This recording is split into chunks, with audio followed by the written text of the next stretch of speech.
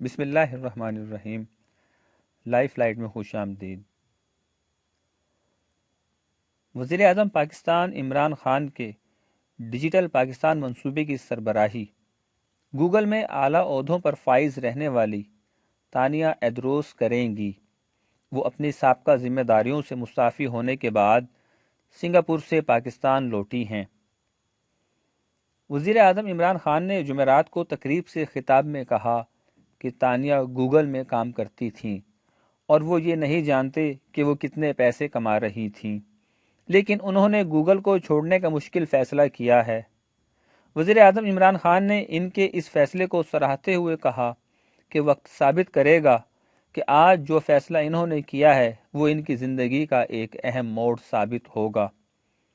تانیہ ایدروس نے اس تقریب میں اپنی تقریر کے دوران بتایا کہ انہیں پاکستان چھوڑے ہوئے 20 سال ہو گئے ہیں۔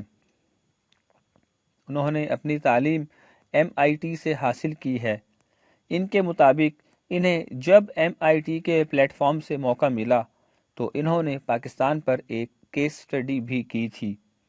ان کے مطابق 7 برس پہلے انہیں گوگل کی جانب سے پاکستان بزنس یعنی گوگل کی پاکستان میں پروڈکٹس لانچ کرنے کا موقع ملا تو وہ امریکہ سے سنگاپور چلی گئیں۔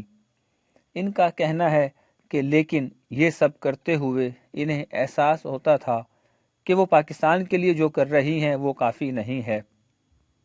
ان کا کہنا ہے کہ ان کے ایک جاننے والے شخص نے 6-7 ماہ قبل وزیر اعظم کو ایک ای میل بھیجی کہ اگر وہ ٹیکنالوجی اور ڈیجیٹلائزیشن کی طرف جانا چاہ رہے ہیں تو تانیہ سے بات کریں۔ تانیہ ایدروس کے مطابق اس وقت انہیں اس ای میل کے بارے میں کوئی علم نہیں تھا۔ تانیہ ایدروس کے مطابق وزیر اعظم کی ریفارم ٹیم سے رابطہ کیا اور ایسے ان کا جہانگیر ترین سے تعارف ہوا، جنہوں نے ان کے آئیڈیاز سنے اور ان کو پاکستان آنے پر راضی کیا، اور پھر وزیر اعظم سمیت ان کی کابینہ کے دیگر لوگوں سے ان کی ملاقاتیں کروائیں۔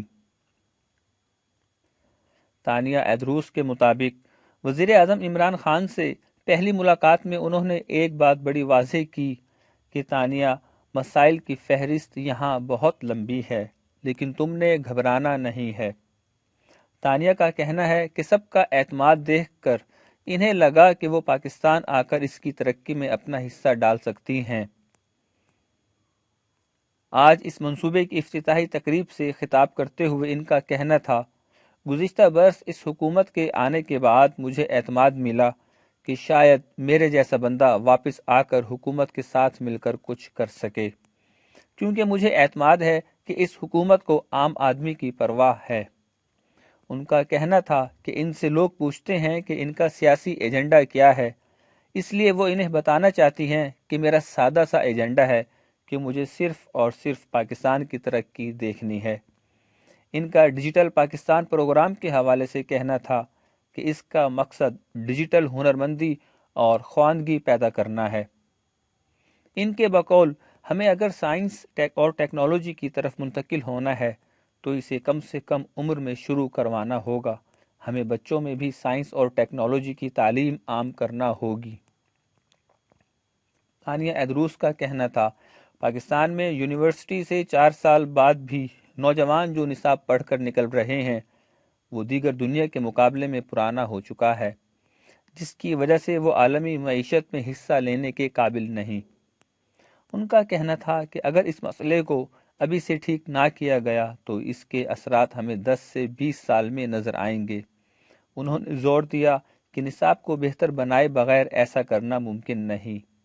انہوں نے زور دیا کہ اس کے لیے ملک میں سرمایہ کاروں کے لیے آسانیاں پیدا کی جائیں تاکہ نئی ٹیکنالوجی کمپنیاں کھولنے کی آسانی ہو۔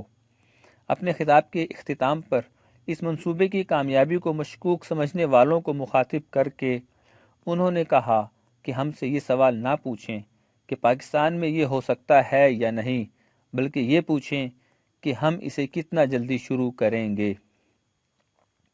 حکمران جماعت پاکستان تحریک انصاف کے مطابق اس منصوبے کا ایک مقصد ای گورننس قائم کرنا بھی ہے، جس میں معلومات کو الیکٹرانکلی محفوظ کیا جائے گا، سیکیورٹی بڑھائی جائے گی اور عوام کی حکومت تک رسائی کے لیے پلیٹ فارم بنائے جائیں گے۔